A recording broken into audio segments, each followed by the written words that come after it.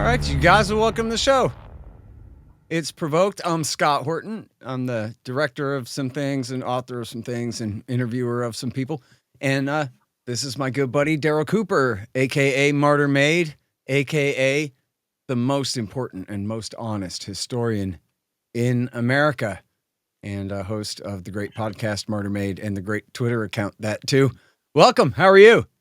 I'm good. As befitting my new station, I need to get myself one of those cardigans with like the leather elbows, and like a nice wooden pipe. Nice. Because, I mean, you can't there you go. I mean, you're going to take my title as world's greatest historian if I don't get my act together. So that's right. Get a little shaggy, get a little rounder glasses there, All right. Yeah. Well, anyway, hey, ask me about that incredibly conspicuous mic flag on the ass end of my microphone, Darryl. You didn't even have to prompt me. I was just about to say, hey, Scott, I noticed you have that interesting mic flag on the end of your microphone. What's that about? Yeah, it's the Scott Horton Academy. See, the Scott Horton Academy of Foreign Policy and Freedom. And that's why I have the microphone in this ridiculous position too, even so you can see it. Listen, Tom Woods, the great Tom Woods. You've been on his show. Well, he's my good buddy. Everybody loves Tom Woods.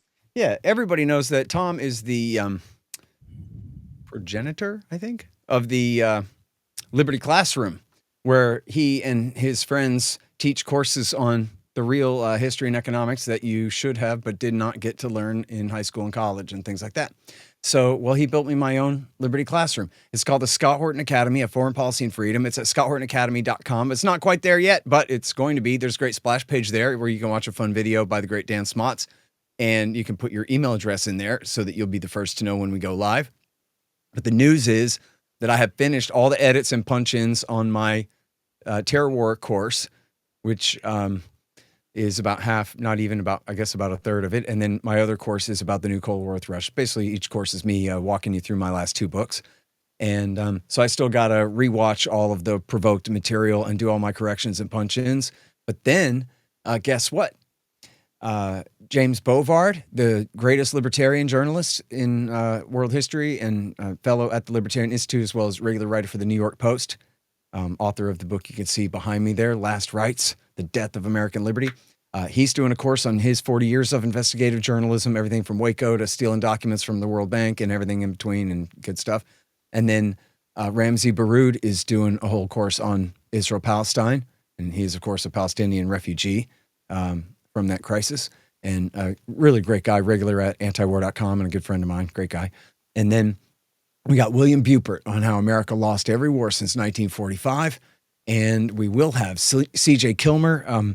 He's going to come a little bit later, I think. We'll have C.J. Kilmer on how Woodrow Wilson is the worst person who ever lived.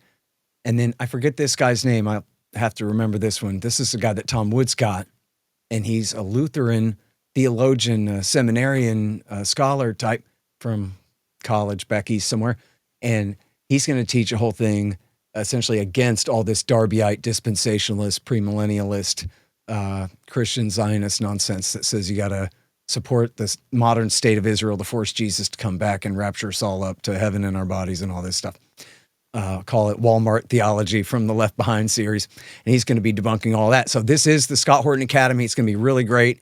And I'm really excited. I got to stop promising when I think we'll go live because time flies way too fast and cans get kicked down roads. But everything has really come together really great. And we've got, top-notch people doing their courses. And I'm putting, the final touches, as I say, on my courses. So should be coming soon. So for people who are interested in what all I've learned over the last 30 years of doing this, it's all there for you, scotthortonacademy.com. So that's my big thing I'm got to announce for you today.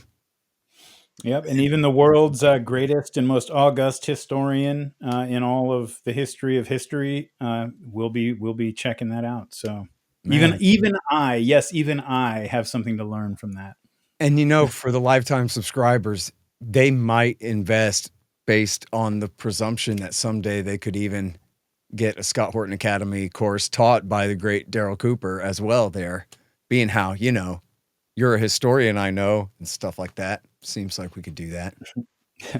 You got to try not to lean too hard to the left, though, Darryl. Sometimes, man, you and your labor Yeah. buddies get a little commie for my blood, but I know you're often accused of being a raging leftist, but Yeah, I mean, I'm a bleeding heart, but I'm not a liberal or a leftist. I'm a bleeding heart right winger, I guess. You know, and I think that's a line you can afford to walk. And people a lot of times I notice on the right, you know, I I almost feel like like all of us coming from Western kind of Christian countries, where even if you grew up secular or whatever, you sort of imbibed a certain set of values just from your mother's milk, and one of them is we don't like to see innocent people suffer. We don't like unnecessary suffering, injustice. I mean, maybe that's more universal one, but we just I think that that's in there. And so when a lot of right wingers look at the state of our society and state of the world, and they think that they realize that some really hard decisions, some really difficult things have to be done if we're going to turn this thing around, and that some people are going to suffer through that process. They very often, to like get themselves through it, they almost have to psych themselves up to like not feel bad for those people, or like dehumanize them in a way that like allows it to go down easier. But you can grit your teeth and do the hard thing and still have compassion for the people who end up on the business end of it. It's a difficult line to walk, but it is possible, I think. And I try not to let my politics like interfere with just my basic human impulses like that, as much as I can, at least. sure. All right, so we got a lot of news to talk about, and I can't keep up with it all. I'm always fighting the last war. You know how it is. I'm a pretty bad general in that way, I guess. No, you're just an American general. Yeah, just an American one. But no, I am trying to be a little bit forward looking here. I know you saw the piece we ran at the Institute and at antiwar.com this week, co-authored with John Weeks, my assistant editor at the Libertarian Institute. And it's called Blitzkrieg Blowback. He came up with that great title. And I think I do talk about this a bit in my book, Provoked, but I wanted to be out on the record that, hey, I'm warning you, there's a real danger that Andrei Beletsky or somebody close to him could become the future leader of Ukraine. As I've been arguing from the beginning, the Russians kind of painted themselves into a corner by drawing the line, regardless of when they finally accomplish this.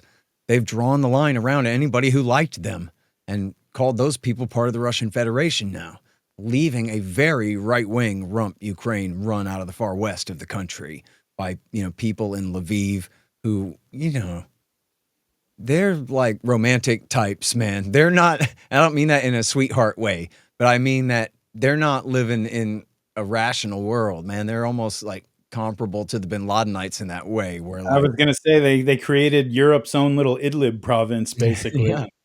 Yeah, and so these are the kinds of people who are like, we don't care that we're losing and that nothing is turning this thing around. We don't want to stop no matter what. And they have repeatedly threatened to murder the president, the previous one, Poroshenko, or the current one, Zelensky, and Dmitry Yarash and Andrei Beletsky particularly have threatened to murder Zelensky. Both of them have.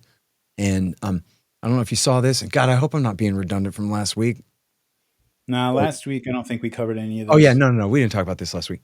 So, man, did you see that Andrei Parubi from the Svoboda Party, who had been the speaker of the Rada for I think 7 years and was basically the overseer of the right sector during the putsch on the Maidan in February 2014, some guy ran up on him and shot him in the head on the streets of Lviv a few days ago, and put the him last out I of his heard, that misery. was not something that was like a hit or anything. It was like just a guy who was upset. Is that holding up? Like I I haven't don't seen. know.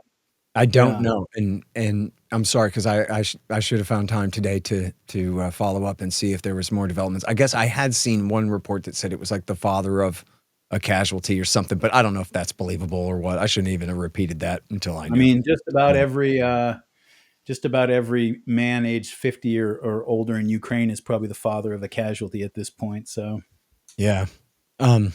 Yeah, or every son in his 20s is the son of a casualty because they've really, specialize in sending 40 and 50-year-olds out to the front to try to save the younger guys. just because they're having such a population crisis there. This is actually kind of misleading earlier in the war when people see pictures of guys in their 40s and 50s out on the front and say, oh my God, they've already run out of young men. I was like, Yeah, no, that's actually, they're sending the older men to the front first because they're trying to give these guys a chance to have a baby before they go die. And whereas a 40 and a 50-year-old is presumed already have had his chance. And so, I mean, that shows yeah. you the mentality of a people who were prepared for a very, very long war. Yep. You know, Yeah, absolutely. that's crazy, man. Jeez. Yeah.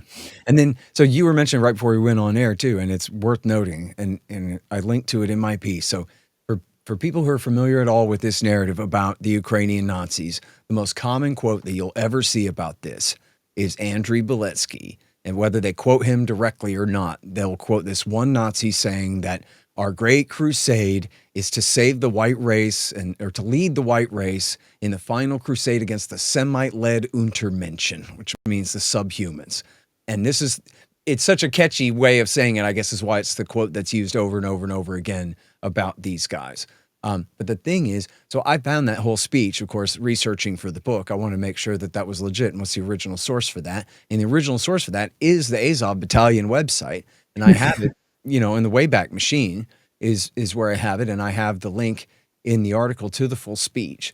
And so you may have noted that they ran this piece trying to whitewash this guy, no pun intended, in the London Times. And in the London Times, he denies that he ever said that. Oh, that's just Russian propaganda. And which is funny, is like he's Joy Reid claiming that they hacked the Azov Battalion website and posted this Nazi speech in his name from back in 2007. And in that speech is, it's interesting, I guess. Well, I'll let you characterize it your own way first, because I think it's funny to me the way there's kind of two most obvious ways to read the thing, but tell me about your impression of it. So these this combined quote that you put in your article, which was great about it. The way I was going to introduce this is, is this Adolf Hitler, Andrei Beletsky, or Thomas Paine? He says the historical mission of our nation in this turning point is to lead the white peoples of the whole world into the last crusade for its existence against the Semitic-led Untermenschen. I don't know how Zelensky feels about that. A single he said Ukraine must become a single biological organism that will consist of capitalized new people, physically, intellectually, spiritually developed persons.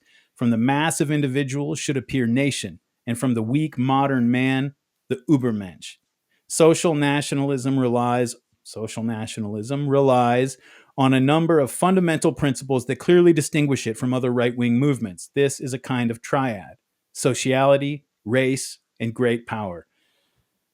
It's not Thomas Paine, just to dispel the mystery there, and it's not Adolf Hitler. It is this Beletsky guy, and here's the thing, man. I listen to that, and other than the stuff about these new Ukrainians leading the white race in a cruise, all that. Let's leave that aside for 1 second. A lot of the rest of it, I feel very similar to when I read some of the hardcore right-wing Zionists from the early part of the Zionist movement, where now today, that we've had the Second World War, we've had a lot of experiences in the 20th century where those kinds of ideas that I just read have gone terribly wrong and left a mark on all of our psyches and historical consciousness.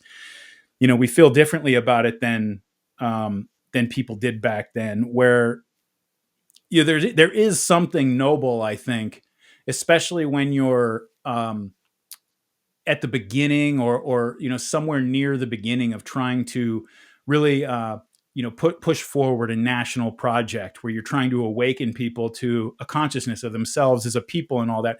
That's not an easy thing to do when people have not been used to being like a national people for centuries or maybe ever, and you have to do that in ways that inspire them, and to say we need to develop ourselves spiritually as a people and come together as a nation, like all that kind of stuff is actually, that doesn't ring poorly in my ears at all. Like I hear that even, from again, the early Zionists, despite knowing how that project has turned out. And I hear something worth listening to in it. But then the next thing you think is, well, you know, when the rubber really hits the road, and you're not just watching a speech, like things are, the world gets in the way of your grand plans and your idealistic vision and all that. When the rubber really hits the road, and you run up against the rocks of reality, just maybe I can come up with a third mixed metaphor. Nope, I can't. That's when these ideas, like, you find out how they, I guess, what their means and methods of getting around obstacles are. And these type of ideas in the past, it's been through military conflict, through violence, just in general. And I mean, that I didn't actually know that until you just told me about the 40 and 50-year-olds getting sent out there so the younger people had time to have babies. I mean, that's like, it makes you think of Rome, like when Hannibal wiped out their entire army, and they're just like, all right, see you again next generation, you know? And it's Yeah. like, when you have that kind of a consciousness, and you have this with the Israelis and the Palestinians, for example, over time, you just become like, you fall into this garrison mentality that becomes just kind of who you are. You're a Well, and that's the fighting. thing is, yeah, these guys, founding fathers, are a bunch of Nazis. They're not Thomas Paine or George Washington or Nathaniel Greene or anybody worth revering in any way. They're a bunch of guys who are, I mean, if you look at that in context, like, he's not just saying, hey, we need a new nation where we all kind of identify as one thing together. He's saying, we got to come together to destroy the enemy, the Jews, right? That's what he's saying. So, like, where your founding principles sound a lot like the foundations of the Nazi Reich and the Zionist Reich, then yeah, that's where you're off, right? That's where you're destined for destruction. And look at what they've done. They're It not founded on the also, principles of freedom. They're founded on the principles of hatred of the other. And yeah. so look at how And they it are. also, like, again, to go back to, like, say those early Zionists, like somebody like Jabotinsky, talking kind of similar to this, obviously minus the war against the Semitic-led Untermenschen. But a lot of the other stuff, like, you might hear that kind of thing from like Jabotinsky in the 30s about the Zionist movement. Um, but today it's very, obviously, like, it rings in everybody's ears a lot differently. And so you have to think of, like, what's the personality type, and what is the, how does a guy look at the world, and how is he approaching politics when in 2007 he's going public and saying that? It's not the same as saying something like that in 1935, where Henry Ford and whatever were like, might have been in the crowd, like, clapping for you. This is like, to that kind of thing in 2007, putting it on your website. I mean, you're a very brazen, like, there's a brazen antisociality about it, and like a confrontational nature of it, because everybody knows what those kinds of words provoke everywhere in the world, and especially in Russia.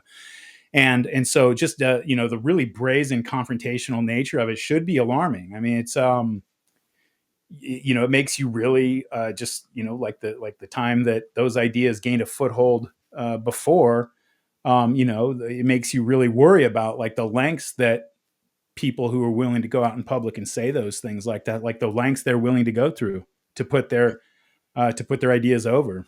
Yeah, well, and so that's the whole thing, right? And he does go on there about how, not just make Ukraine independent, but turn it into an empire that will dominate Eastern Europe and the Middle East in alliance with Iran as the new Superman takes over the thing. It's a fun read. I was going to say about it at the beginning about, like, kind of the two ways to read it. To me, anyway. I guess you had a third way to read it. Maybe there's more. The two ways I read it was, one, like, wow, this is like some really dangerous, like, a really deep look into the mind of a fanatical Nazi lunatic, right? And then the other is, well, this is just ridiculous claptrap, about the nation state as an organism, as the Ukrainian people, the nationality as its own species. And I think this is the same speech where he says, yes, every sperm and every egg belongs to the state for the good of the greater Ukrainian collectivist thing. Like, this is no different than Bolshevism to me. It's completely ridiculous stuff.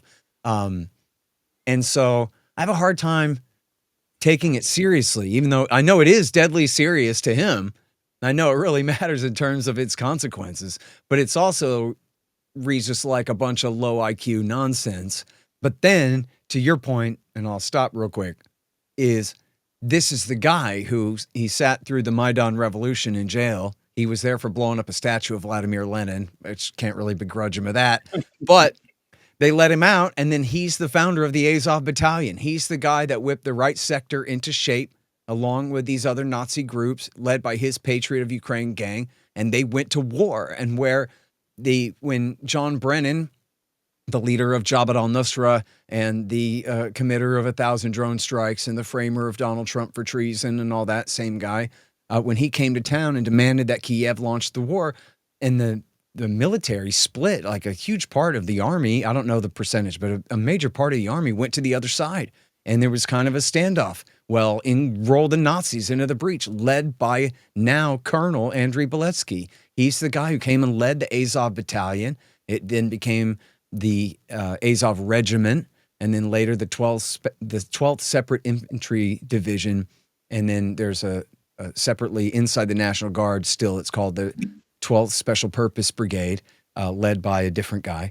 But it's now the 3rd Separate Infantry Division has now been renamed the 3rd Army Corps, and they're completely outside of the chain of command, and they're known as the most efficient and best fighters on the front. They've been fighting in Kharkiv this whole time.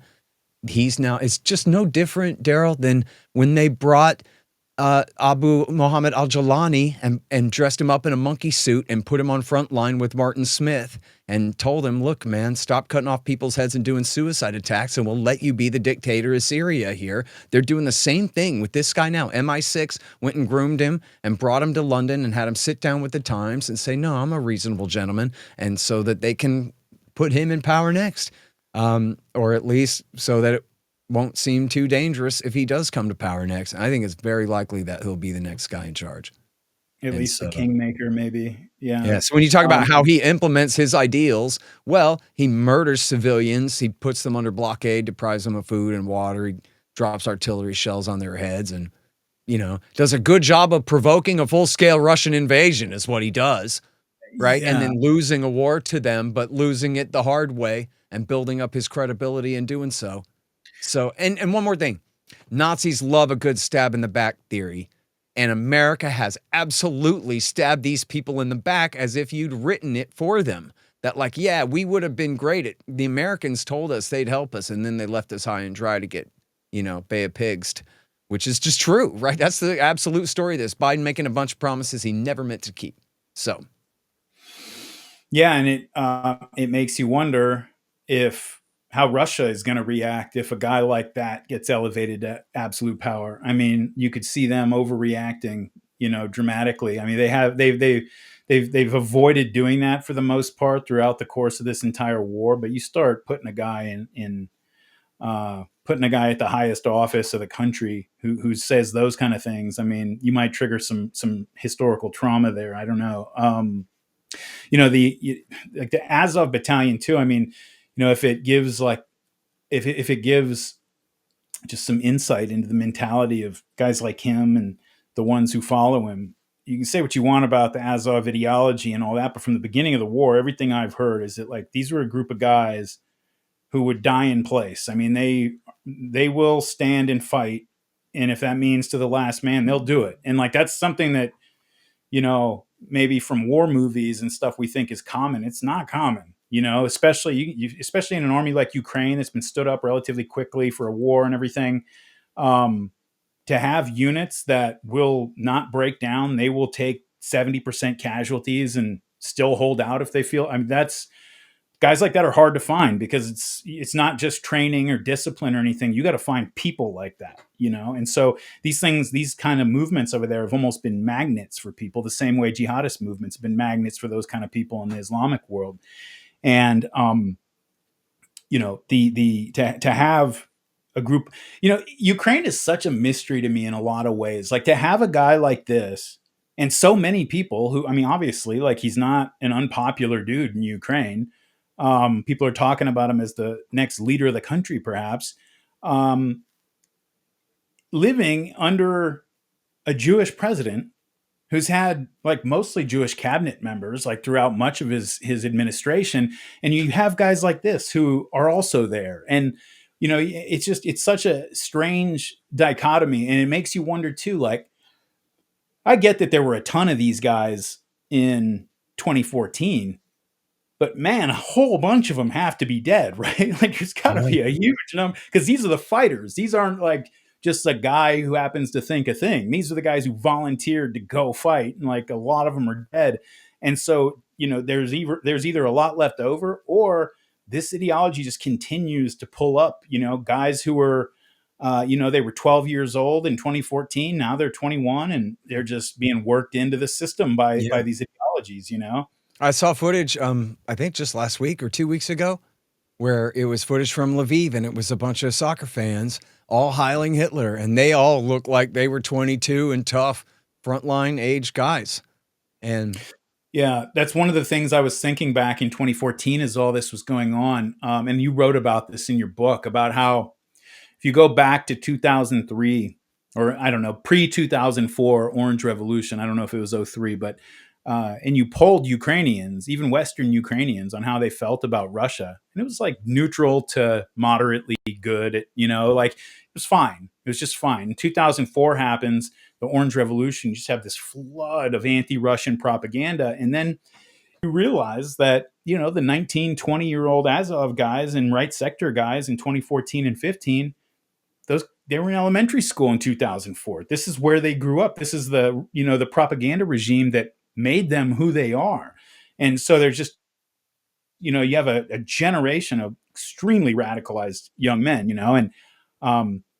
and it works for what the Ukrainians need if the goal is to keep this war going, because we've learned throughout the 20th century that just pure like fighting for the government of your country, basically, like it can get you through at the beginning of a war, but it can't get you through to the end of a long hard one. Like you need something else. Like people are not going to just continue to just rush headlong into a meat grinder to defend Zelensky and his government, or just the corrupt officials in the Rada or something. But this kind of thing that this guy is saying, that I just read, that you wrote about, that's the kind of thing that pulls these young guys in and says, I don't care who the president is. I don't care how corrupt they are. I don't care what's going on. Like these are the ideas that are animating me and driving me into this. And so, without these guys and without this kind of ideology in the, in the air, I think the Ukrainians probably would have been unable to find recruits and would have collapsed probably a long time ago, I and think that's right. That's what the and that's Americans why, said and too. that's why we tolerate this Yeah, stuff, that's right. That's what the Democrats and the Republicans said when confronted with this was, look, these guys are great fighters. We'll get to that later. Evelyn Farkas, who was an Obama bot from the National Security Council there, is a notable example of that. Ann Applebaum as well. Ann Applebaum has made a career denouncing right-wing nationalism in all of its forms. And then when it comes to Ukraine, she goes, what we need in Ukraine is right-wing nationalism. We need slogans. We need chants. We need anthems. We need parades with torches to celebrate Hitlerians, if that's what it takes, okay. And that is what it takes, as you're saying. Otherwise, they cut and run. They break and run. They've had more than 100,000 defectors, probably a lot more than that. People drown. They call it the death river, the river Tisla, between Ukraine and Romania, where people are drowning by the hundreds, or at least dozens, trying to escape. Yeah, that's escape conscription is what I meant to say before I had a cough yeah, there. yeah. It's really, it's hard for me at this point to. I'll be honest, I never would have thought that the war would have gone on this long. If you would have told me in 2022 that the rate of casualties would be what it was for both sides, I would not have predicted that this war would still be going on in the middle of 2025. And really, like, as much as we, you have the sort of Colonel McGregor view of just things that can't go on forever, won't go on forever. And Russia's big and has a lot of people, and Ukraine's smaller and doesn't have as many people. And so therefore this is going to end in a predictable manner. It's like they say in finance and economics, man, like you can be right, but don't be surprised if the market stays irrational longer than you can stay solvent. Cause it's just, Right. because I don't know when this ends at this point. I mean, you think this guy, if he becomes president, he ain't ending the war. No, look, so yeah, and this goes to what you were right about a few minutes ago. And this is what I've been saying, and I'm not sure, I don't want to like dig myself a hole making predictions or whatever, but it's just a slippery slope argument, right? It's just a logical sort of fallacy type thing about, well, look, as I said, the Russians took everybody who likes them out of the country, right? So, well, from looking this way in the East there. So everybody left in the West, essentially just if you look at like voting patterns or whatever, that means that pro-Russian candidates are never going to win again. They used to win. That's why America had to overthrow the government every 10 years or so, right? Every 10 years, 3 times in a row, America rigged the election, 94, 04, and 14. Well, 14 wasn't exactly an election, but it was a coup nonetheless. Anyway, they would have rigged it in 15 if the election had been allowed to be held. But point being, so now, as you were just saying, well, geez, what are the Russians going to do if this guy wins? So in other words, if the Russians complete their task, let's say we get a ceasefire, they take Donetsk and Luhansk. Maybe it takes them another few months or the rest of the year to take Donetsk or more. I don't know. They finished taking Donetsk and Luhansk. They've already said officially, and this wasn't just American officials. This was the Kremlin said they would be willing to compromise and draw the lines where they are in Zaporozhye and Kherson instead of the traditional borders of those oblasts. So that's huge. That's a massive climb down from the Russians. Now, of course, they're saying they want the Ukrainians to turn around and walk out of Donetsk, which I don't think they're going to do. But anyway, point being that, so let's say that they get what they want and cease fire. Well, now they've left a rump Ukraine run by hardcore right-wingers. Zelensky's got to step down or be overthrown, stand for election at some point. But if it's not Beletsky, it's almost certainly going to be somebody like him. There's another article, I think this is in the Ukrainian press, where they said it's narrowed down to General Zaluzhny, Beletsky, and 1 or 2 other guys are in the running, one of whom is also, I think, an avowed Hitlerian. Zaluzhny, the former general, is not. But he ain't no liberal Democrat type or conservative Republican either, right? He's definitely going to be a military strongman one way or the other. They're all agreed that the new model will be the Israel model, not part of any treaty, but armed to the teeth and in a permanently militarized state with, the bare trappings of democracy, while really being, a right-wing nationalist state. So then, to your question, and then what's Putin going to do with that? Right? He said denazify. Now you got Der Fuhrer, Beletsky, sitting in the chair over there. That's intolerable. So this is what I've been saying really since the beginning of the war. If you go back to my first speech I gave after the war, that it only makes sense that they have to keep going. And they're going to have, let's say that they overthrow, they refuse to tolerate a new Nazi junta in Kiev. Well, they still have the forests and the swamps and the Carpathian Mountains in the far west of the country to fight an insurgency from. The CIA backed an insurgency in Ukraine from the end of World War II through 1954. And Khrushchev finally crushed it and then, succeeded Stalin after Stalin died. And so, we have plenty of basis for doing that. We can remember, that was plan B. Plan A was tell Putin, don't you do it. Plan B was not, let's negotiate a way out of this. Plan B was, we're going to back an insurgency against you like Rambo 3 in Afghanistan, and it'll be great. And never mind any consequences that happen from that. We don't need to focus on negative things. And so we'll just do an Afghanistan-style insurgency here. So then, again, I'm just slippery slope using my imagination and argumentationness here, but I don't know. From Moscow's point of view, it seems to me they have, through the logic of government programs, they screwed themselves really by taking over the Donbass. And now they are going to end up, whether through the next 5 or 10 years or whatever it takes, they've trapped themselves into a situation where now they're going to essentially have to take the whole country all the way to the mountains.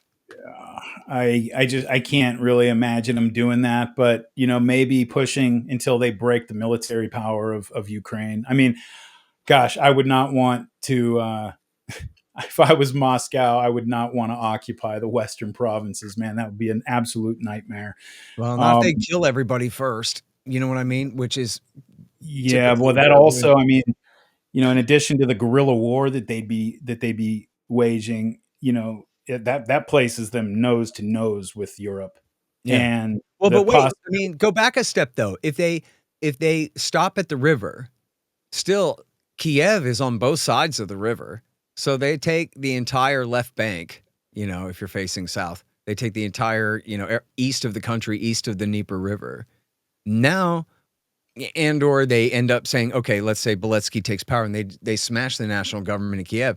They still have to deal with an insurgency, right? As we were talking about, these guys aren't giving up on any rational basis. They're romantic types. They would rather keep fighting. And so that's the point where I'm saying, well, so then the Russians are going to have to keep going then, because they're not going to be able to tolerate an insurgency based out of the West. They'll have to crush it. And they won't do a counterinsurgency. They'll just kill everybody. To do, to end something like this, you really have to find a way to let the losing side feel like they saved face. And, just because, I've been doing a lot of reading lately for my next episode on the end of World War I and how, just the sour taste that left in the mouth of the Germans and the rest of the Central Powers. And not even so much because of, the ideas of stab in the back and betrayal and all that came later as a way of explaining that sour taste in the mouth. And it was because, they just looked around and said, it's impossible that we suffered this much. We went through all of this for nothing. That is just not possible. So if it did happen, it was because we were stabbed in the back. It was because of, you have to come up with something. And, the pragmatic thing to do, and it's just tough to do with these Ukrainians because they're not really leaving a lot of openings for this kind of thing. I as far as I can tell, the Russians, they're pragmatic people. At least the government's quite pragmatic. You have to give them something that they can go home and celebrate, like we did with the Iranians in the recent war. For all of we've talked about that. I don't like most of how that was handled, but the way Trump ended up handling it was, given the situation that was already in place, when we intervened, it was not, let's say it's not as bad as it could have been, in the sense that what he did was the Israelis could come away and being like, we kicked ass, we killed a lot of people and destroyed a lot of things. We could come out of the thing thinking, we did the thing that we've been talking about all these years. We destroyed their nuclear program, totally obliterated. And the Iranians could go through it and say, we just faced down the United States and Israel and we're still here. So it gave everybody, it didn't immediately, well, except maybe with the Israelis, but it didn't force the Iranians, who were really on the receiving end of the whole thing, into a position where all they can think about is now how they get their revenge, because they can feel like they kind of showed who they were and represented themselves. Whereas the Ukrainians and the Russians have to know this. They have to be thinking like this, I imagine, that if they do put them in a situation where you just beat them down to the point that they cannot carry on the war anymore, that's it, that you're going to see them again in a generation. It seems inevitable, unless there's the only reason we didn't get a third one with Germany is because we kept occupying the place and took over their school system and their media and everything else to make sure the next generation was raised up with the brains we wanted to implant into them, and the Russians aren't going to do that. And so, you have to try to figure out how to extricate yourself from this war in a way that doesn't just leave the problem for your the people coming after you. And it's a difficult thing. They are, because as you said, they have kind of boxed themselves in. I don't know if they felt like they had much choice in the matter at that point, but I think they didn't. I mean, I don't agree, but I think they didn't think they had a choice. Yeah. I think they had other options. People get mad at me for saying this because you're supposed to just be black and white on the issue, that if it's Biden's fault, then it ain't Putin's kind of thing. Yeah. I do think that there were more options, more cards to be played in terms of tough diplomacy and real threats. In fact, as I say in the book, I think his biggest error there was being coy about the whole thing and saying, no, I'm not going to invade. I'm just building up my forces and I wish you'd sign my treaty. But when he should have said, yes, I am going to invade, sign the treaty, that would have changed the dynamic of the whole thing if he'd just been clear about that. I joke in the book, maybe his generals demanded that he not say that, right? But then so military necessity required diplomatic incompetence. Did you see that it was being passed around maybe a year and a half ago or so? I can't remember. He was like one of Zelensky's kind of top advisors. I don't think he's in the government anymore. Younger guy. I can't remember. He was in an interview back in like 2019 or something, Yeah. and he was kind of laying out what was going to Askanov, happen. I think is how you Yeah, say yeah, his name. and he was laying out what was going to happen over the next few years, and he was saying that there's going to be a giant war, like end of 2021, beginning of 2022. That's what's going to happen, and we're going to suffer terribly, and it's going to be awful. But at the end of it, we'll have a place in NATO and everything. And so, Yep. I mean, the Ukrainians, at least a lot of them, I mean, they were looking for a fight. I don't know if they would have been scared off by the Russians, Well, and stating their speaking of plans. which, I'm glad you brought that up because, okay, so first of all, it'd be nice if I could, here, I'll get his name right for you. His name is Alexei Arestovich. That's Is the it. guy you're talking about. And so, yes, he gave this interview where he explains what we're going to do is we're going to get in NATO, but we're going to have to get into war with Russia first. But then we're going to win it, and we're going to prove our value to the West, and we'll show the Russians where the lines are, and then we'll be able to join after the next war. And then they go back and forth. It's a really interesting thing, as you say, and this is 2-3 years before. This is the still Trump years when he explains this stuff to her.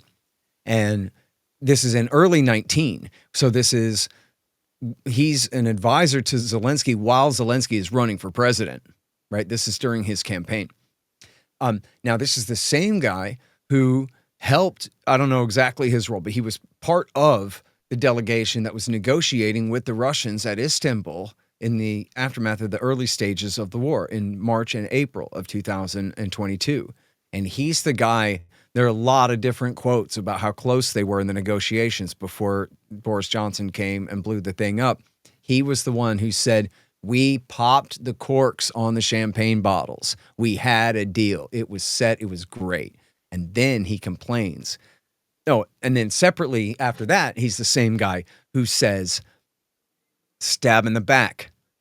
Joe Biden sent Boris Johnson to ruin our negotiations. We had him. It was just like I said it was going to be. We had our war. We whooped them. We stopped them. We forced them to the table. Putin thought, this is his phrasing, okay? Putin thought, whoa, he bit off more than he could chew here. He didn't want any more of this. He was ready to deal. It was going to be just like I'd planned it, just like I said. And then Boris Johnson came to town, blew up the deal, said, you'll never get support from America and Russia again. He didn't say this part, but we already know that part of the story. Boris Johnson said, UK and USA will cut you off permanently if you do this deal. Don't do it. And destroyed the deal. And then he says, but then they brought us to Germany, and they brought us to, I think, Ramstein Air Base there. And they promised us all these weapons that they were going to give us. They said the shipment's on its way, and it's going to be so much weapons, it'll really turn the tide in the war. You're going to kick the Russians all the way out. And he says, and then we waited and waited and waited, and the shipment didn't come until June or July, and then it was much less than they ever promised. It was never going to be enough to turn the tide in the war. And so, in other words, we had everything the way we wanted it, but then you ruined our deal, but then you promised us that it was worth it because you were going to help us win. We didn't need a deal. We were going to win, and then you didn't give us what it takes to win. And now look at us. Hundreds of thousands of people killed, much more territory lost than before. Now Kharkiv and Odessa at risk, and the rest of all of this, and all based on Joe Biden's promises. Same guy. And so, and he's one of the main citations for, yeah, those talks were no joke. The deal that they were working off of, the Istanbul communique, that was the Ukrainians' draft. That the Russians were like, okay, we can work with this. They weren't even working on their own proposal. They were working on the Ukrainians' proposal, and they were, there were still some boxes left to check. But both sides were happy to kick cans down the road, including, Darryl, the very basis of our conversation here, including the very status of Donetsk and Luhansk. Russia was willing, even at that point, to say, you know what? We'll figure that out later, and clearly leaving the door open to leaving Donetsk and Luhansk inside Ukraine. If, for example, we'll finally get you to implement a Minsk II type deal where you really promise special status for the Far East and permanent neutrality. And then that was the deal. It's the worst, diplomatic foreign policy malpractice, deliberately so. It's not an accident, but it's just the most cynical damn thing since invading Iraq or the dirty war in Syria, or you name one. But it's just horrible. I hate it. I mean, it's even worse than Iraq, just because in Iraq in the 1990s, you could at least say like there's this festering sore here that we don't know how to, let heal as long as Saddam Hussein's in there, and we don't know how to get him out except for a war, and so we're just going to go get him out of there. And like that's the reasoning. Okay, fine. Like cuz that part is true. There's this big black hole in the middle of Mesopotamia that is just sort of a half failed state forever, I guess, until Saddam dies. And so you decide you have to go in and take him out of there. You can at least draw a picture in your head of how that made sense to some people at the time. This is like there was not a problem. this is a problem we wanted to create, and that we burn calories to create. Like when you go back to the deals that the Russians were offering at the very beginning of this whole thing. I mean, not only are they better than anything Ukrainians can ever hope to get again in now or in the future, they were workable deals that the Ukraine could have flourished as a country under. There's nothing. Ukraine doesn't need NATO to be a economically prosperous and stable country. They need NATO because they hate Russia and they want to always be in like a militant mode toward Russia. That's really the only, and because we want them and we promise them a lot of things if they'll sort of fight on our side. But it's not something that they need for their own prosperity or anything. And neutrality would not have harmed their future prospects. And I think Arestovich is probably right that Putin did bite off more than he could chew. The whole initial entry, the beginning portion of the special military operation, I mean, it really kind of, I'll tell you, the thing that has shocked me almost more than anything throughout this entire process is the Russian intelligence failures leading up to and in the early parts of this war. I mean, it's almost inconceivable. It's like on the level of Israeli intelligence failing before October 7th or something like that. It's like you really, because the plan obviously, like, they were not invading Ukraine to take over and occupy Ukraine with 100,000 conscripts and contractors. They were going in there because they thought if we roll in and they know we're this serious, they'll back down. They'll come to the table and then we'll hammer out an actual deal because they're not going to listen to anything else. So we're just going to go do a show of force. And for them to think that was going to work when it was so far the opposite. I mean, the Ukrainians were ready to roll from day one and get into a long drawn out war with them to the point where, I mean, you look at Putin, how long did it take him to actually announce a general mobilization? It's like a long time. I don't know if And he ever has. if he, He not a escalated general in September. mobilization. He did mobilize more at 300,000 more in September of there you 22. go. That's what you're thinking of, I guess. Which was sort of a recognition that, okay, we're in a war now and we got to Right. fight a war, And you're right. That was months later, half a year later. And so it shows this reluctance, and probably, these were, behind closed doors at the Kremlin. There were probably very influential people at the Ministry of Defense and other places looking at Putin because this is not what you said was going to happen. And now we have to deal with this situation. And so he was reluctant to admit that this is where we're at now and we have to treat it like a war. And so, yeah, I believe Arestovich that Putin was in that mindset when they were negotiating at Istanbul. And if he could find a way out of it that, at least ostensibly protected the rights of the people in the East and kicked the other problems down the road, I think he would have taken that deal. And it's really like, it's honestly, I mean, it's one of the crimes of the century, honestly. And I don't even mean this century. I mean like the last 100 years. Right. For us going over there and scuttling that deal and keeping them in this unwinnable war, especially when we did not plan at any point on seeing it through to the end. And, the Ukrainians, they should have called the Kurds, or they should have called the South Vietnamese, or a lot of the other, the tribal sheiks in Iraq, that were begging for us to come give the help that we told them we'd give if the jihadists ever came back after them. Like the whole trail of tears of, America.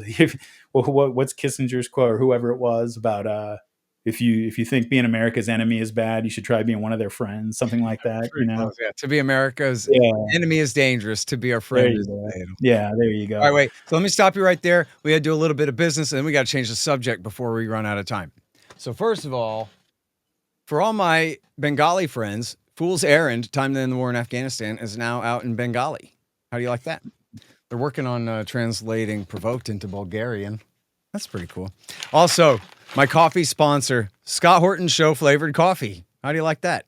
They always said, if you keep drinking all that coffee, you're going to turn into some coffee. Well, it happened. I turned into some coffee. So you go to scotthorton.org/coffee, and it's a mix of Ethiopian and Sumatra blend. It's really good. I'm selling a lot of it, and I can see resales of it because everybody likes it so much. It's really great coffee.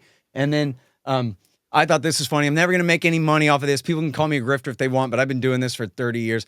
It's Hotter Than the Sun hot sauce, named after my book, and it's from the Tennessee Hot Sauce Company. I just think it's great, and it's actually really good on your eggs and things.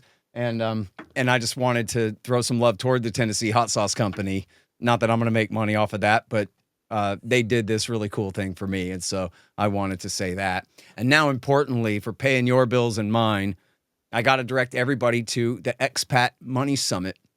It's expatmoneysummit.com, and this is from October the 10th through 12th, just like they do every year. And it's my friend Mikkel Thorup. He's a really nice guy. I met him on the Tom Woods cruise, and we went and toured Mayan temples together, which is kind of irrelevant information, but just means I like him and his wife. They're nice people.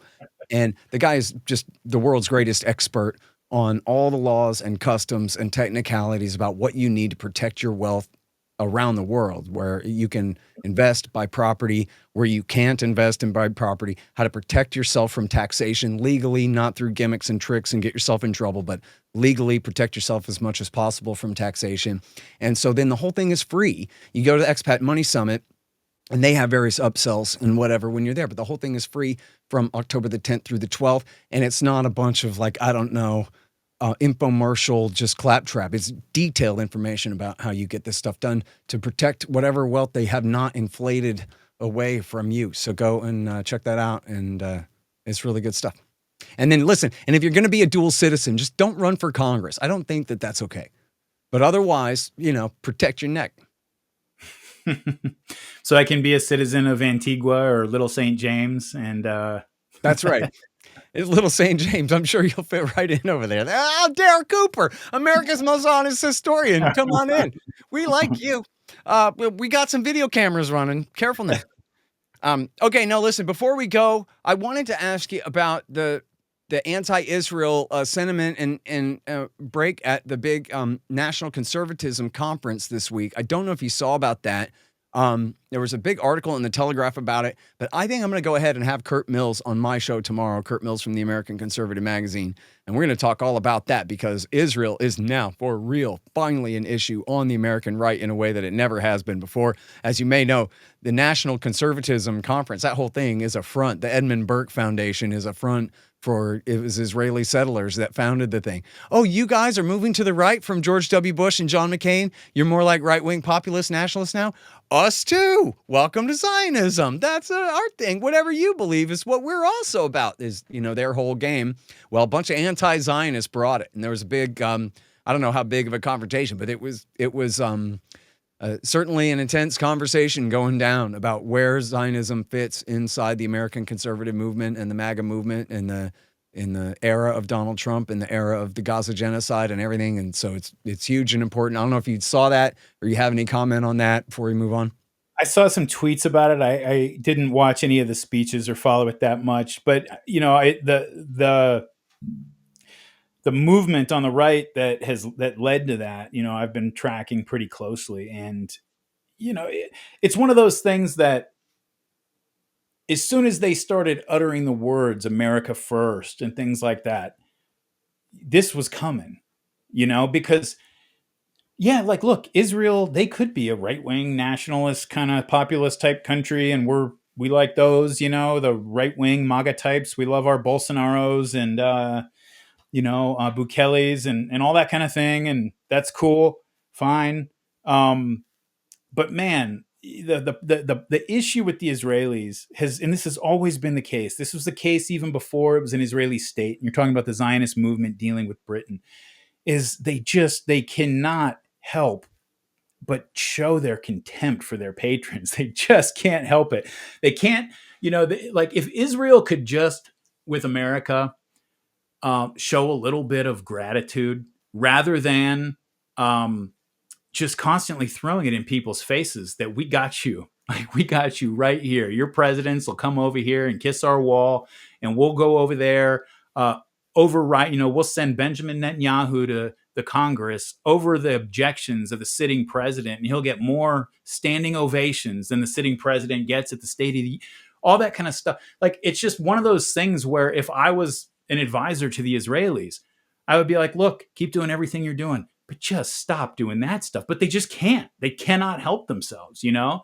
And when that's the case, you're going to run into trouble with a nationalist movement in your patron country. I mean, it's just how it's going to work, because it's not even so much that people are thinking in terms of America's interests and blowback. And most people, it just offends a basic sense of honor in a nationalist movement, where they're just like, we're a sovereign country. We're a big, bad superpower.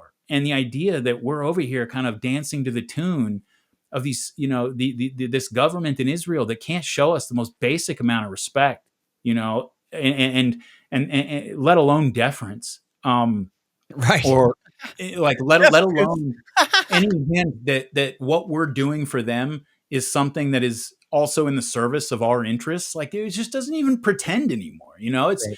We have to protect Israel because they are our forward deployed base in a region full of people that only don't like us because we back up Israel. It's Right. just this circular reasoning that and I mean, look, the Ted Cruz sort of, some random verse in Genesis that I can't quite remember or quote. That's Ted Cruz. I know the verse, but there's somewhere in there it says that we have to keep sending Benjamin Netanyahu as many missiles as he wants, and we have to run cover for him at international institutions as they break every military law that we created since World War II. Like, that theology is a bunch of 60 and 70-year-olds for the most part. And what people younger than that who do hold to it, what amount of them there are, as it falls out of favor and becomes like this weird kooky thing that only crazy people believe, which is where that's headed.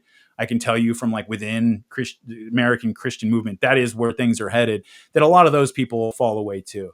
And so that sort of automatic trump card, no pun intended, that they've been able to play for so long, where it doesn't matter if you ask Ted Cruz or Mike freaking Huckabee, I mean, their position, they will tell you this, because I've never talked to them about it, but I've talked to a million people who go to the same churches, who believe the same exact things. I know these people. Yeah. And I love some of them. A lot of them are great people. My grandpa for a little while was like on this train. But they will tell you that if supporting Israel leads to the total destruction of the United States, then we've served our purpose in history. We have served God's purpose in history and done the thing that was expected of us, sacrificing our own. That's their position. I mean, there is nothing Yep. that Israel could do, nothing that you could threaten the United States with that would make them say, maybe we should reconsider this relationship. And so Israel's been able to play that card for many, many decades, and that card it's not going to play for very much longer. And it's one of the things that makes me think that they know that, because the Israelis are very canny operators usually, and they have to be looking at those same polls that we're looking at and realizing that their era of just total license with unconditional cover from the United States is not going to last all that much longer. And so if there's anything that they need to get done, they better get it done now. Yeah. And, with the reasoning that, yeah, people will be super angry and it'll leave a mark on us and everything, but we'll deal with that problem when we get to it. I think you're right about that. That's what Dave Smith has been saying too, is that they've got to see the writing on the wall, that even, never mind the millennials, even the Gen Xers are over it. So once the baby boomers are out, which is any day now, like this is an ongoing process of the baby boomers phasing out of power and influence here, and that those days are numbered. And then hence the headline on antiwar.com today, Secretary of State Rubio says that America will approve of Israel's annexation of the West Bank. They're going to do to the West Bank the same thing they're doing to the Gaza Strip. They're just going to carpet bomb those cities and force those people to flee, drive them into the Jordan River, into the Sinai Peninsula, and Donald Trump's going to help them do it, Darryl. Except that the entire left half of America is against it and half of the right. And so now what? How are they going to do this?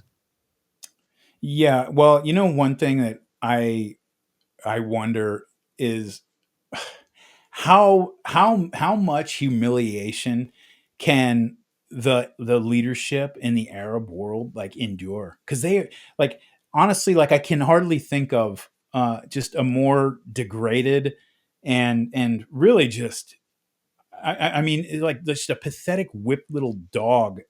I it's hard for me to imagine being the leader of one of these Arab monarchies and watching what's going on in Gaza, knowing that they're coming for the West Bank, and they're just they're just standing by like it's all good, like they're not even making preparations for the future. They're fine with, they're just waiting for this whole thing to be over so that they can get back to normalizing relations with the Israelis and you Mhm. know building whatever new economic zone with the Americans and stuff. And it's just, it makes me sick, man. Hey, And yeah, what's the name of that the Palestinian comedian? Bassem Youssef, right? You know the one I'm talking about? He's like an that sounds Egyptian, right. Yeah. like a Yeah. Palestinian who was living in Egypt or something, and Yeah. he I knew did real another good on one Pierce named, Morgan at the start of the war. yeah. Okay. Anyway, so I saw a thing where he was on with Kumo, the Chris Kumo, the one that Dave debated on COVID and all that, right? The former CNN guy, the brother of the governor. The And real Cuomo, the brother of the real Cuomo. yeah, there you go. And they're both the son of the actual Cuomo, I think is how that. Yeah. Um, but then so Bassem Youssef, the comedian guy, is on a podcast with Cuomo, and they're going back and forth. And Cuomo's giving him, I thought that they had maybe kind of retired this, but he's just, I guess, going through the Hezbollah dictionary, and he settles on nobody wants the Palestinians, which must be, they never really explain what they mean by this. But the implication is what? Because they're just so filthy with lice and tuberculosis and terrorism that no one wants them around or something like that. When, first of all, like, and I wish Bassem Youssef had said, or Youssef, whatever, had said to him, dude, you sound literally like this is virtually word for word what Adolf Hitler said after the Evian conference. See, nobody wants them. That proves that I'm right about them, right?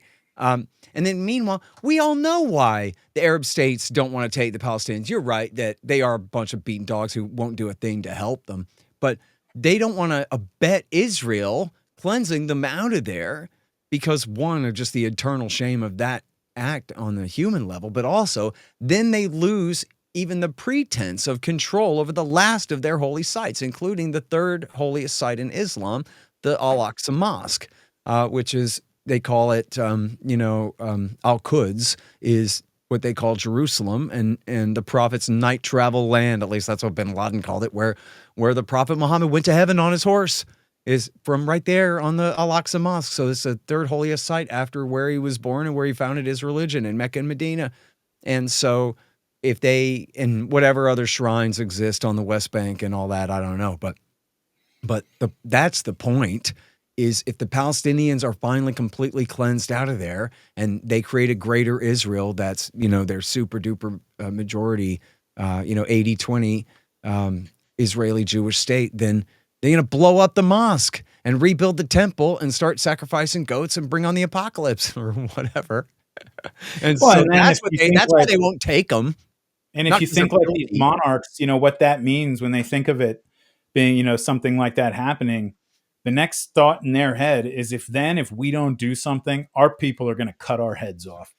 And Right. that's Yeah. the next thought that all of them have, that if you There's go got to be a back, line somewhere.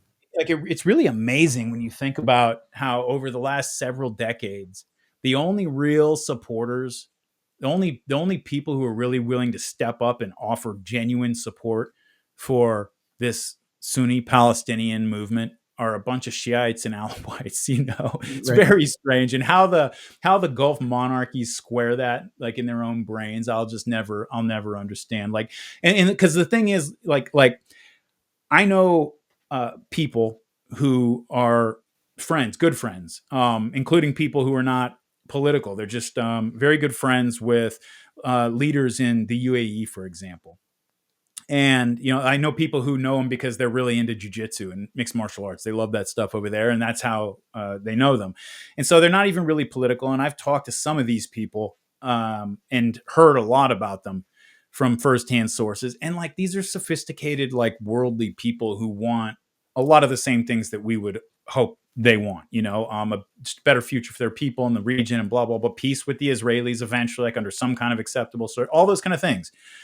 And so there are people within these countries that, I think that they just see the Palestinians as an impediment to the future they want to bring about for their countries and for the rest of the region.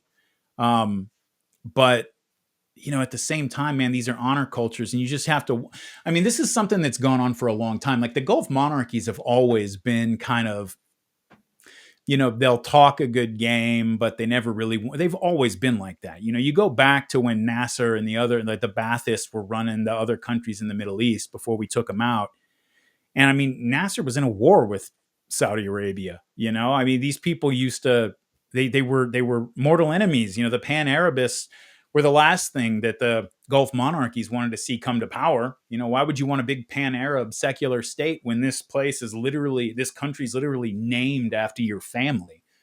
They don't want a big pan-Arab state that encompasses, a country that's named after your own family, like Saudi Arabia.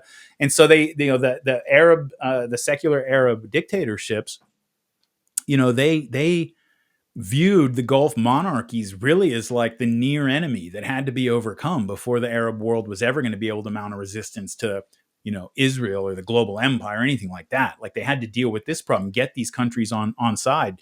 And obviously they weren't able to do so. And now they're all gone. And so, here's the tough situation, right? Is like Israel right now, I think, is sort of in the position of France in like early 1919, where it's they kind of run the table and won the war, basically, they think. And so just after all of this bloodshed, all of this hatred that's been built up, now they're holding the whip and the other side is face down on the ground, and they get to celebrate and humiliate them and do what they want. And when you look back at France, when you read the aftermath of the First World War and what happened later, you're just like, you wish you could just show them into the future what was going to happen so that they would temper their enthusiasm and their triumphalism just a little bit.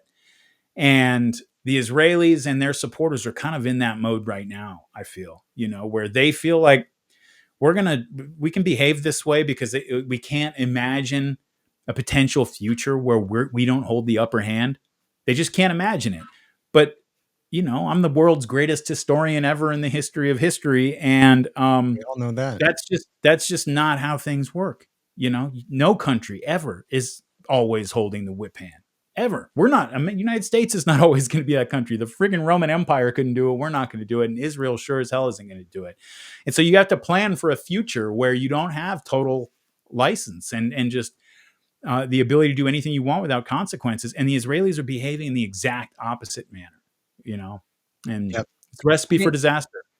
And look, if you look at, relationships in your life or in business or any other thing, total victory and destruction of your enemies is usually not the best solution for even the medium or even short term, much less for the long term. You know what I mean? As you were saying before, you got to leave the other guy in out or they're just going to keep fighting. So the interesting thing, the question that I have is if they annex the West Bank, I mean, they'll have to violently expel the Palestinians because there's 3 million people. if you announce that this is now Israel and these people now, I guess, are Israelis, unless you're going to just go up and give a speech at the UN and say, yes, we are officially an apartheid state, which I doubt they're going to do. They're going to have to deal with that dichotomy. You go back to the 67 war when David Ben-Gurion was screaming, give the West Bank back. Right. This is a problem we don't need. We just went through all of this trouble to get rid of these people, and now you're bringing them back into our fold. And ever since then, the way that they sort of got around that was this illusion of the peace process, that there was always, oh yeah, this is the case now. They don't have full civil or political rights or any of those things. But that's because this is a temporary stopover until we figure out this whole peace process. But, they have come out and said that is, the idea of a 2-state solution or anything like that is completely off the table now and forever. And so if they do go forward and actually annex it without violently expelling the people, which I have to imagine is going to be, it will not be as easy as it's been for them in Gaza. And I don't mean militarily. I just, Gaza started right after October 7th, and October 7th was a freaking nightmare. And the world gave Israel, like even people who had been critics of Israel for a long time, a lot of people who've been critical of Israeli behavior, they sort of kept their mouths shut for a few months. The October 7th was ugly enough and traumatic enough that people kind of closed their mouths for a while because we're going to give you a little bit of leeway to sort of respond to this terrible situation. They'd be starting this with the West Bank after all of that goodwill is spent.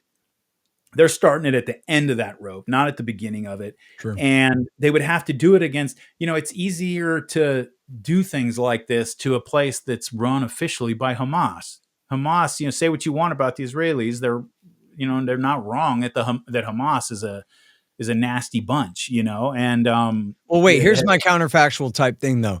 Let's say that Netanyahu just starts firebombing Ramallah and Jenin and telling all the Palestinians, you better run or I'm going to burn you to death.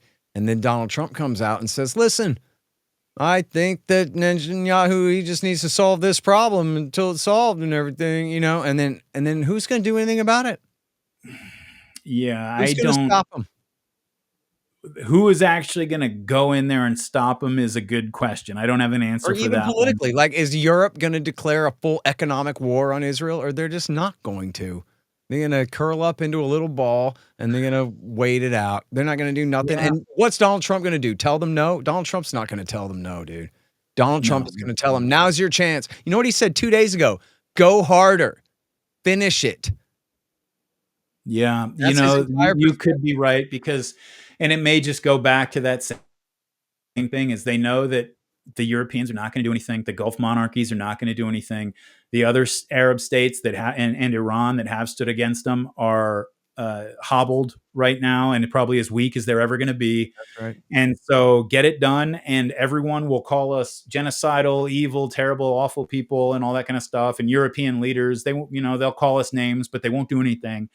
And then guess what? 20 years from now, when we're in charge of the Levant and all that, they're going to still want to be our friends. Just like in 1933, the United States came crawling back to Stalin because the Great Depression was on and we needed a place. I guarantee you, Darryl Cooper, I guarantee you this is what Netanyahu's thinking right now. And that, yep, and then when I'm dead, they'll call me Netanyahu the Great because I did it. Regardless of how I needed to, I created greater Israel. I got rid of them Arabs the way Meir Kahane always said we should, et cetera, et cetera. That's his dream, man. Well, and he's got total power. And he's got, America is the whip in his hand.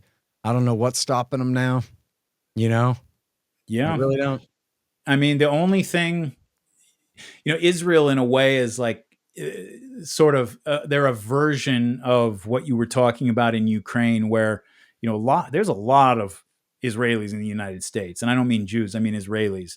And a lot of those people who have left are the ones who they don't like live. They were the more reasonable ones, yeah. Yeah, more reasonable. There's just people who they don't like when they travel around the world and everybody says, you're from the apartheid state, and part of their mindset is like, kind of, the people who have just sort of a non-fanatical view of the Israeli situation. A lot of those people left, man. And, if this starts getting even heavier, if Netanyahu does push forward and does something like that in the West Bank, you're going to see more of those people leave. And what's left behind is going to be more just the distilled essence of the fanaticism that drives people like Netanyahu and all of his followers. And in alliance with Beletsky's Nazi Reich in Ukraine. Yeah.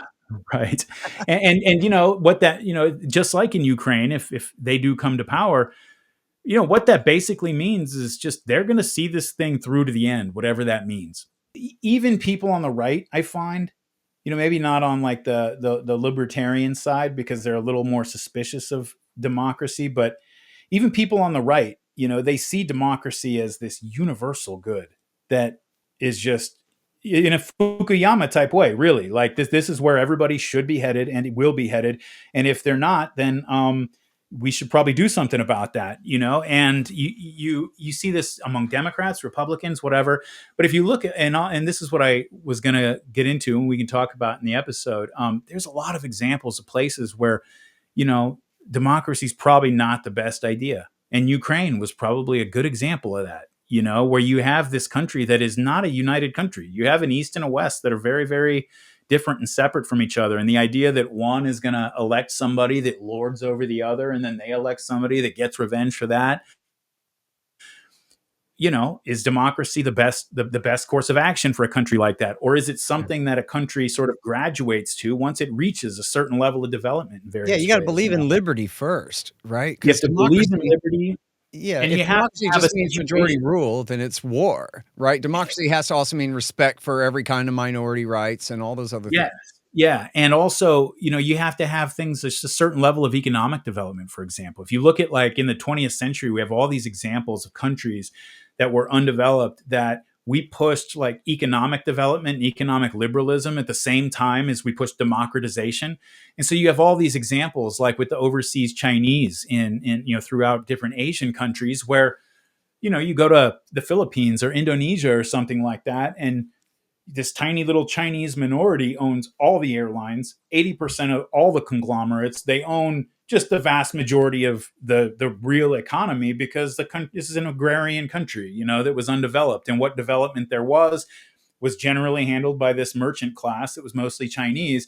And so when economic liberalism and globalization kind of, made it to that country, you're the son of a peasant is not going to go start a clothing wholesaler that's going to compete with Chinese who have been trading overseas for 8 generations, and so all of a sudden, instead of having this little economic colony that was all Chinese and they handled what little commerce and overseas import export there was, you had this giant economy, and you had all the billionaires in your country are Chinese, and they're like 1% of the population. Oh, by the way, though, we're also democratizing your country. So the other 99% of you now get all the political power. So you have this 1% minority has all the cool stuff and all the economic power. The other 99% of you get all the political power. And it was disastrous. Like, throughout, like, it was not good being Chinese in Indonesia in the 1960s or many times since then. Back in those, when they had those riots in, what was it, like 99, 98 or something, those Jakarta riots. It was like it was like the LA riots in 92, where, you have to watch like an obscure documentary made by a Korean lawyer in Los Angeles to hear that 2,000 Korean businesses were burned down. The vast majority of businesses burned down in LA were all Korean businesses. And in Jakarta, back in in that riot I'm talking about, it was just thousands of Chinese killed, thousands of Chinese businesses, homes looted, destroyed, and it was very much like a targeted ethnic thing. It's like another example of when the goal of politics and a political system should be to allow people to live safe, prosperous, free lives. Sometimes democracy is the best way to do that. It's not necessarily always the best way to do it, I think. Yeah. Well, I'm much more an extremely limited republic, if anything, guy myself for those very reasons, because it's Yeah. property and liberty are what's important. And And then one of the other overall, things go ahead. too, I was going to say, one of the other things too is, you know, it's really hard to be a democracy when you have the world empire like breathing down your neck, trying to like control you and overthrow it. Like, That's right. imagine if you think of what was the guy who the long time like kind of token opposition to Putin, who was like the State Department's guy, Nemtsov. huh? Nemtsov. No, no, no, no, no. The other Oh, one, Alexei Navalny. Navalny. Like, this is a dude who came to the United States and received training from the State Department, political campaign training and stuff. Who was being, his campaigns were being managed by like Western firms and things like that. And so when you look back at the RussiaGate scandal, and the little ticky tack things that they were like, this is treason. He needs to go to jail for the rest of his life. He's betrayed the country. Imagine if they had found out that Trump had traveled to Moscow and received Right. training and funding and expertise from the Kremlin. They would have thrown his ass in jail and locked him up forever. Mm. And that would be very undemocratic, right? It's just when you have that kind of thing going on all the time, it's really hard to be a democracy because individual representatives and everything are very, very easy to pick off and corrupt. Well, and look, And And, this goes back to what we were talking about a couple of weeks ago, too, where I was trying to say, I probably didn't say it very artfully, but where I was saying, if you even take Francis Fukuyama's bastardized version of libertarianism, right? Where, to me, libertarianism is like pure American Declaration of Independenceism all the way distilled, right? Where Francis Fukuyama is basically just speaking for Bill Clinton. But then what I was trying to say was that even if they had just done the end of history thing, but just without all the wars, just trying to maybe even being really arrogant about it, but just really trying to kind of foist and encourage and do whatever they can, not, sanctions or whatever, but try to do everything they can to encourage other countries to adopt bottom up type self-government sort of systems and property rights and markets and prices and these kinds of things. It would have been such a great advancement. It's all the hypocrisy from the wars and all the blood and all the lies and all the law breaking in the name of enforcing the liberal rules-based world order that just makes the whole thing completely bankrupt and backwards and stupid. So I would not expect in good faith, Darryl, for the average guy in India or China or Russia to take the principles of liberty seriously because of the messenger is George W. Bush and his contemporaries, right, are coming to deliver freedom for you. And so, yeah, freedom means we kill you and your family or whatever, burn you, rig your election or whatever it is. Just means like to all of these different places, it just means westernization or That's right. Americanization. And if you're, talking about like these Ukrainian nationalists or any of these countries, like, a place that elects Narendra Modi as their president, they don't want to. They don't want to be westernized. They don't want to be Americanized. It's a nationalist movement that's in power in their government. It's the last thing they want, even if it's, we want to give you an endless supply of cotton candy and cocaine. If that gets branded as like westernization, then nobody's going to want to do it if they're in a country that has any pride in itself. Yeah. And Well, in unfortunately, we India is poisoned a lot of those concepts. Yeah, I mean, that's the thing. Like, to me, India is a country that really needs libertarianism badly. They've got this terrible caste system. They have a terrible ethno-religious split between Muslims and Hindus, where it's the second most populous Muslim country in the world after Indonesia, more than Pakistan, right? The number of Muslims in India. And so the solution, and they've had a very leftist economy. They were never members of the Soviet bloc, but they had a very kind of commie economy in the post-World War II era.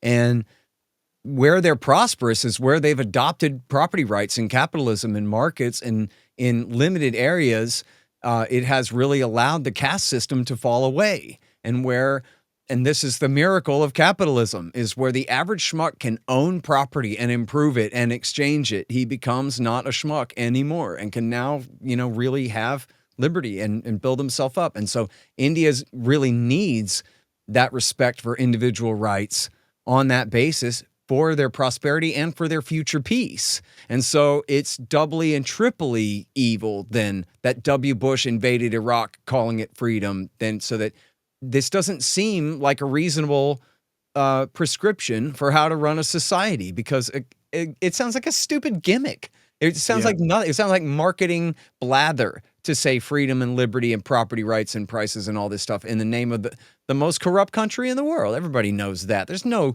capital more corrupt than Washington, D.C., not Beijing, not anywhere, Did you see that? You must have seen it. There was a video. I think she was a NATO official, whatever she was, just recently, talking about after that military parade in China. She was talking about, Russia and China won World War II. Like, that's news to me. Like, something. Did you see this? I'm like, who was it that said that?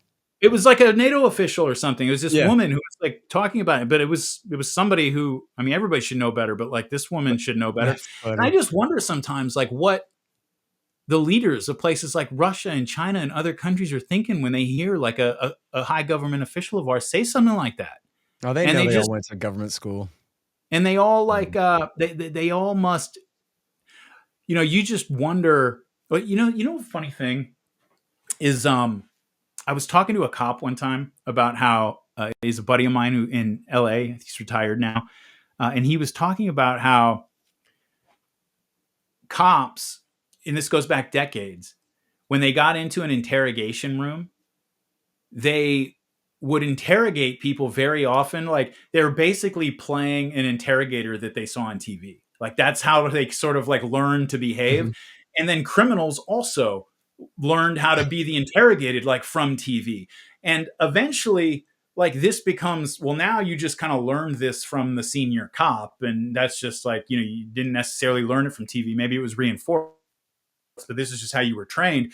And you get like a generation down the line and you just like have two guys on opposite sides of the table playing TV characters, totally like not aware of it at all, you know? That's so funny. And I wonder sometimes if, you know, I think the conceit or the assumption of a lot of people who, you know, they assume like, yeah, I don't think like this politician is Albert Einstein or something, but he graduated out of Georgetown Law or something. He's not a Mhm. moron, right?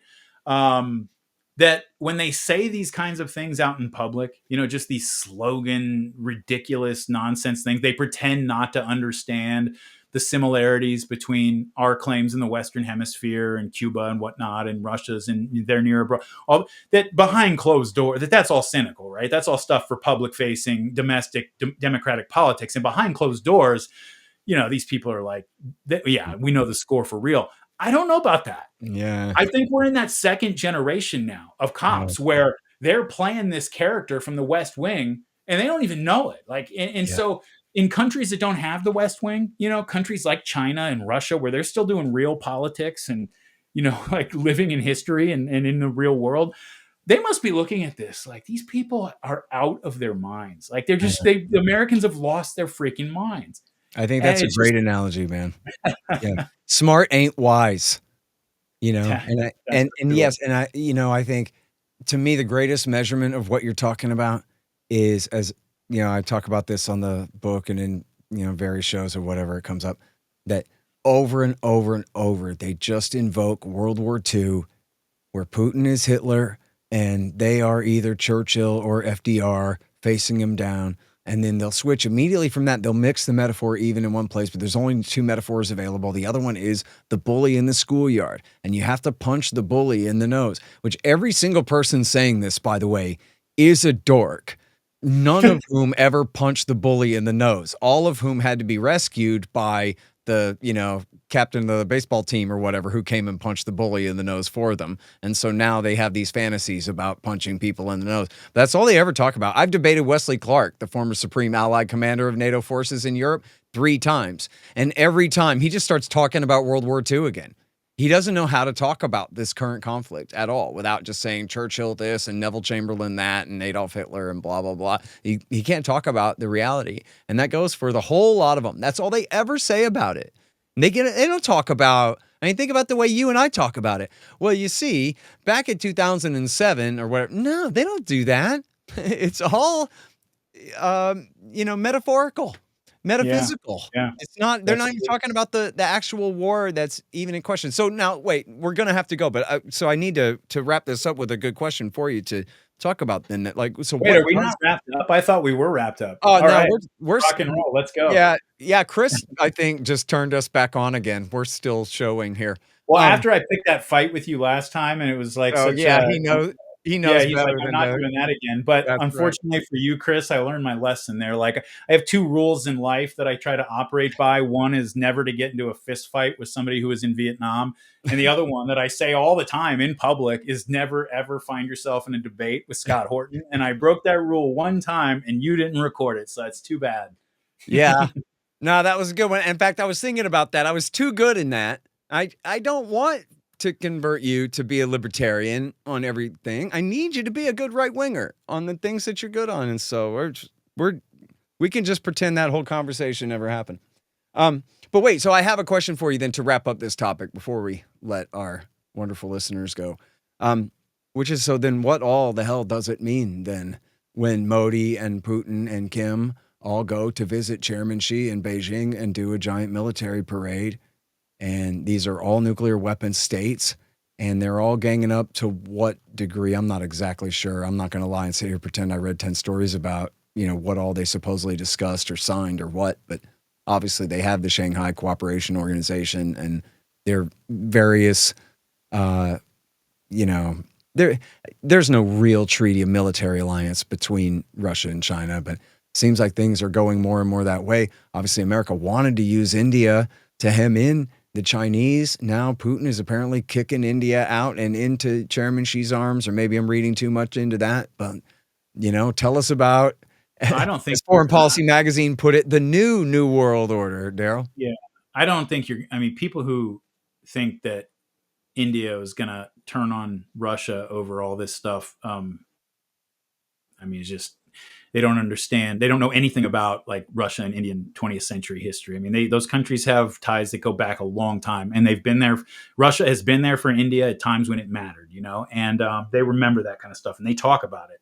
And so that was just never. It was just never going to happen. Not for something as piddling as what's going on in Ukraine. Not to denigrate it for the people who are going through it, but I think when I saw that, especially just kind of the way they presented themselves together, like as this sort of very, very friendly, united front, and doing it in public in a way that's meant to send a message. They understand that this is diplomatic communication when they go out on camera together, whether they're smiling or laughing or how they shake hands, all this kind of stuff. They know that just like their intelligence agencies pore over every one of those details, so does everybody else's. And so they think about these things, especially people like them.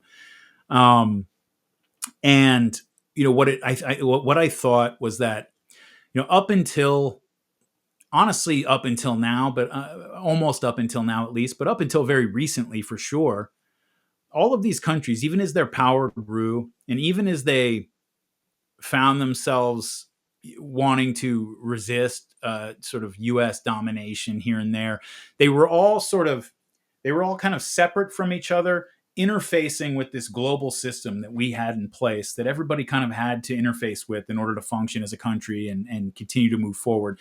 They were all interfacing with it in their own way, trying to carve out their little spaces of independence, and not. They would talk about, you have things like BRICS and all these other things that are, they talk about them as potential replacements for the dollar reserve system or the SWIFT system, all these other kind of things, but they never really pushed forward on it. I think they're just at the point now where they realize, well, two things. One is that their power relative to the now that they've actually seen what is the real power of the empire. What can America actually do short of nuking you and all that kind of stuff? What can they actually do? Can they actually stop Russia in Ukraine? And what they found now is they know where the limits are, or they think they know, and so you combine that knowledge, that new knowledge, with a kind of understanding that the Americans are just never. We're just not going to stop as long as this leadership class is in power here, and they have to. That's the leadership class they have to live with. That we're never going to reach a point where we sort of open up the global system to equal competitors, and welcome them into it in a way that they're not going to have to push. They're going to have to kick the door in, and the only way that they can do that is together. The only way that they can stand up against all this is together. And I think that they're not going to get into a military alliance or anything like that. It's just them showing the rest of the world that that they're done sort of separately interfacing with this system that the Americans have created, and Yeah. And sort of even making noises in the direction. The fact that it's interesting. One of the things Fukuyama liked to point out, speaking of him, is how not everybody's a democracy, but they still call themselves the Democratic People's Republic of, Mm-hmm. because that's, to him, that's the direction history was going, and they had to bow to that, at least rhetorically. But really what it was bowing to the prevailing zeitgeist to some degree, but also just, post-Cold War, especially, countries like China still had to sort of mouth the words that showed they were cool, they're safe, we don't have to worry about them. They're sort of, and I don't think that they're doing that anymore. I don't think they feel like they have to, and I don't think they feel like they can anymore. Mm-hmm. And so, again, I would just encourage everybody who reads about that story and watches some of those videos to just remember, like a guy like Xi, you hardly ever even see Xi smile in public. Like that dude gives nothing away. and Putin's like hardly better than, or worse or whatever you want to say than Xi, hardly different from him in that. I mean, these are guys who are old operators in systems that, they understand perfectly well that every twitch of your eye muscle is being analyzed and poured over by your adversaries, your rivals, and your friends. And so everything they do in public is for a reason. They're not, they're not doing anything just sort of, this is not Donald Trump, where it's just, who knows, he doesn't even know what he's going to do today when he wakes up in the Yeah. morning. Every But detail is thought over. So importantly, I mean, what you're saying is not that this is the new global regime we got to face, but simply they're declaring independence from us and yeah, saying that the era of American superpower hegemony is over. That's all. the hegemony. And that's Yeah. acceptable. Is that not acceptable? I If know. the middle part of North America can't rule all of Eurasia forever, Daryl, are you willing to accept that? Come on. Yeah. And the only way we've even been able to justify it to ourselves is that we have had this sort of this rhetorical device that works on a critical mass of European and American people, that these countries they're autocrats, they don't respect the rights of women or gays, or they're not liberal capitalist democracies, which means that the people there are suffering under the yoke of these Mm, evil regimes, that therefore we have a right to go over and intervene however we see fit to change that situation. But for a myriad of reasons, the fact that we're, supporting a social nationalist in Ukraine, the fact that we're just completely signing off on Israel breaking, again, every military rule that we came up with since World War II. Um, all of that rhetoric is really starting to have less and less of an effect, not only on people around the world, but on people in the West. And so, it gets to the point where you have to get a guy like Donald Trump, who Donald Trump really doesn't do that at all. Donald Trump really speaks in the language of like old school imperial domination. If we're going to go to war, we should take the oil, we should take the rare earth mineral, whatever it is. Like, he's right. talking kind of out loud that way. And part of it is because he's just that guy, but part of it also is because, starting with the base that is supporting Donald Trump, but really spreading out into other corners of our political ecosystem now, the effect of those old slogans just is not having the same effect anymore. And you can't justify the empire with them, because everybody, even the people who pretend to believe them, just laugh when they turn their head and have to pretend to cough or something. And so um and so yeah, the era of, the America's still going to be a superpower, and they still understand that we can break a lot of shit and hurt a lot of people if we get riled up. They understand that. They're, again, these are pragmatic people. They wouldn't be in the positions they are if they weren't. But I do think, while it doesn't mean the end of America as a superpower, it is the end of our global do whatever the hell we want era. And how we respond to that, it's gonna determine whether the 20th century is a repeat of the 21st century is a repeat of the 20th, maybe with nukes involved. I mean, Well, it's a great opportunity for us to do what we should have done a long time ago, which was stop doing what we shouldn't have been doing this whole time. And it's so obvious that everyone agrees about now. A real important point that Larry Johnson, the former CIA officer, made to me, that I completely omitted this in my book entirely. I'm such an idiot. He's so right about this, that one of the things that really drove a wedge between Bush and Putin in the early part of this century, of course, was Putin's opposition to the invasion of Iraq. And which, that's a veto on the UN Security Council. And to Bush, that was, hey, I thought we were friends. Now you're telling me I can't start a war and you're going to try to stand in my way.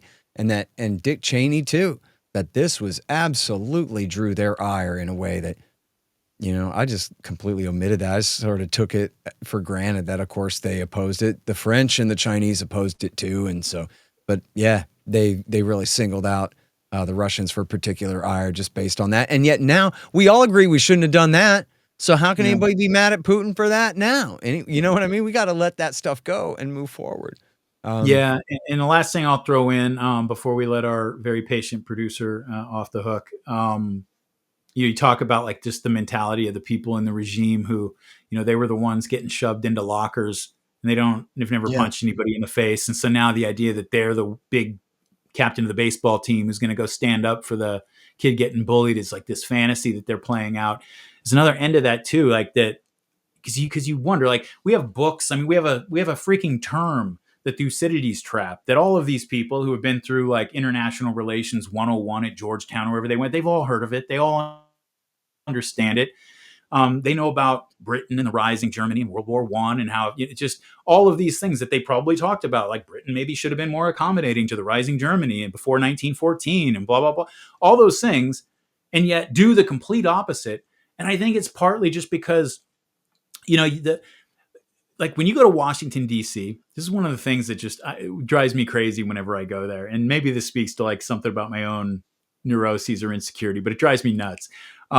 Is if you walk around down by the mall, and not necessarily like over by the monument or whatever, but on the business streets, like around that area, and you walk around, you see the people who are walking around in their suits with their cell phone up to their ears. They like rush to lunch or whatever.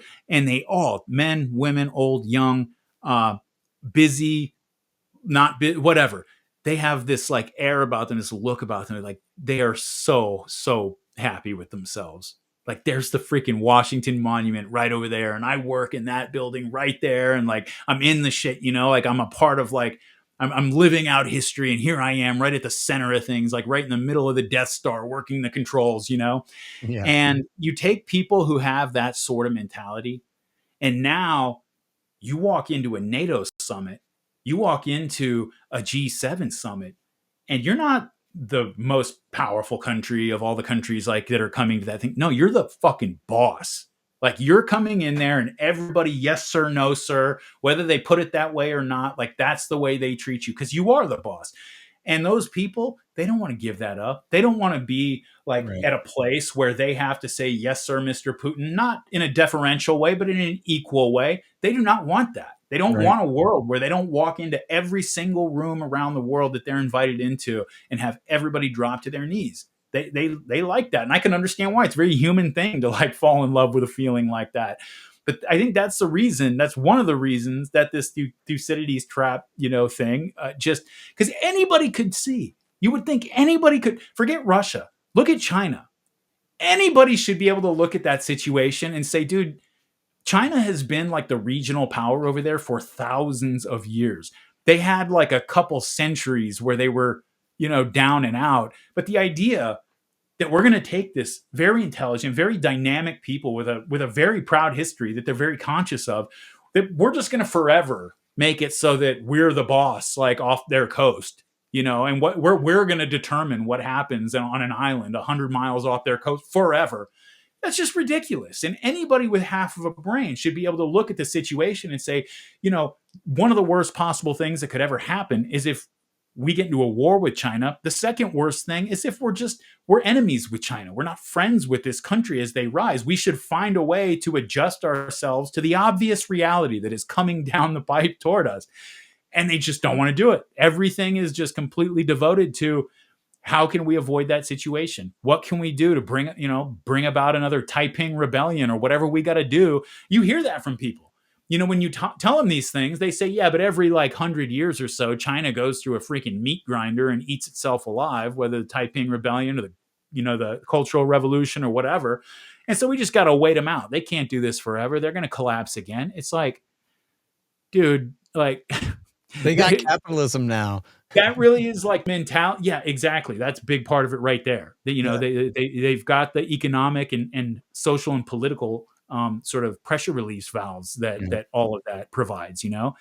And who knows? They may be right. They may be successful in bringing about another just unspeakable human tragedy in China and get what they want. I hope not, but I also doubted it at this point. I think that the experience of being such a great country with a storied history and such a proud people that's used to being, is used to being the middle kingdom, the center of the world, the idea, like the experience of just being kicked around by Great Britain, France, and never exactly been kicked around by the United States in the same way. But man, that stuff has stuck with them in a way that they are determined not to let repeat itself. And you would think, again, you would think that these people who are in charge of foreign policy in the West, that they could see the way the wind was blowing and just say, look, we got to, America can be fine if China is the boss of what happens in Taiwan. America will be fine. And America will be fine if Russia has the primary influence in the countries on its border, but they're not capable of making that adjustment. And if they are capable of it, they get run out of town, replaced with people, who are on the team. So that gives it maybe like a little more of an air of inevitability than I would like to admit about it. But sometimes it does feel that way, Yeah. All right. Well, look, we're going to have to wrap it here. Everybody tune in next week for more of the school bully and the captain of the baseball team picking on our foreign policy dorks who run our evil establishment here. Thanks for listening.